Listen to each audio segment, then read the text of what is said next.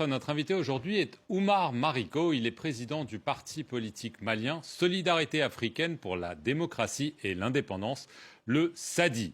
Le SADI est un parti qui a reçu fin décembre une assignation en justice en vue de sa dissolution. Les autorités maliennes accusent en effet Oumar Mariko de porter, je cite, atteinte au crédit des institutions, sans doute suite à ses dénonciations des crimes commis lors de la reprise de la ville de Kidal dans le Nord Mali.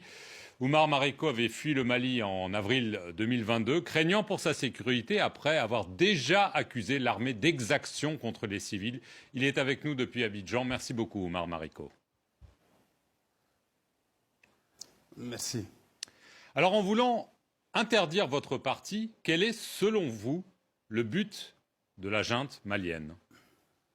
Le parti SADI pourra se défendre, et il va se défendre. Le parti SADI, au nom duquel je n'ai pas parlé, je suis un citoyen de ce pays, et en tant que citoyen, j'ai le droit de dire ce que j'ai sur le cœur.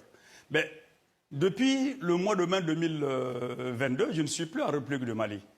Parce que, pourchassé justement par cette junte militaire, pour avoir dénoncé un crime odieux, passible d'être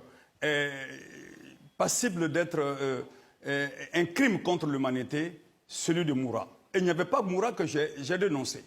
J'ai dénoncé Moura qui a été opéré par les supplétifs de l'armée malienne, en fait, disons, des 5 colonels qui les ont fait venir, des mercenaires qui ont fait assassiner plus de 1000 personnes à Moura. Et avant Moura, je me suis insurgé contre les tueries qui ont eu lieu à Nyonon, les tueries qui ont eu lieu dans le plateau d'Ogon. Je me suis insurgé contre tous ces débordements-là, dont la responsabilité incombe au niveau stratégique de l'armée, entre les mains de Assimi Goïta et ses camarades, et qui incombe effectivement aux hommes politiques qui le soutiennent. Si c'est pour cette raison, cette déclaration que j'ai eu à faire depuis le régime d'avant l'arrivée de cette junte-là, si cette déclaration me valent poursuite, je ne sais pas en quoi le SADI, qui n'a pas fait une déclaration de cette nature-là, va être accusé. Alors donc, simplement, la junte a envie de faire place nette pour être seul maître à bord, alors qu'elle n'a posé aucun acte aujourd'hui qui puisse permettre aux Maliens d'en être fiers. Monsieur Mariko, que dénoncez-vous exactement au nord? Le retour de la guerre? Est-ce que vous pouvez nous dire, selon vos informations, ce qui se passe actuellement dans le nord du Mali? Est-ce qu'on assiste au retour de la guerre, à une guerre civile? De quoi s'agit-il?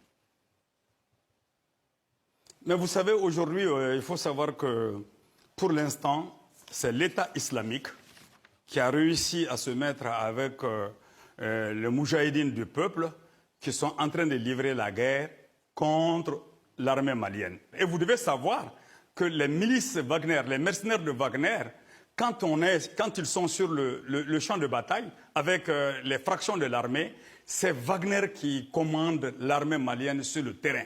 Et il leur arrive même à ces mercenaires de Wagner d'en découdre avec les soldats maliens qui ne sont pas d'accord avec les exactions qu'ils sont en train de subir contre les populations. Donc il se passe au nord du Mali, et ce n'est pas seulement au nord du Mali, hein. Il se passe dans toutes les zones de guerre, partout où les djihadistes frappent.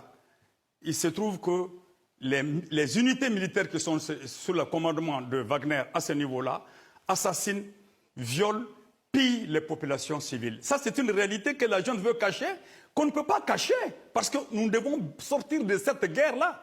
Et aujourd'hui, malgré les différentes défaites que l'armée est en train de subir, imaginez-vous, il y a eu 7 camps qui ont été frappés pendant le mois de décembre. Sur ces 7 camps, il y a plus de 400 personnes, 400 soldats qui ont été tués. Ne comptons pas les populations civiles qui ont subi des représailles après. Mais avec cela, l'armée perd du matériel, des munitions, des véhicules. Mais posons-nous la question de savoir qu'est-ce que tout cela va devenir après? Pour quelle utilisation? Comment est-ce qu'on peut sortir de cela?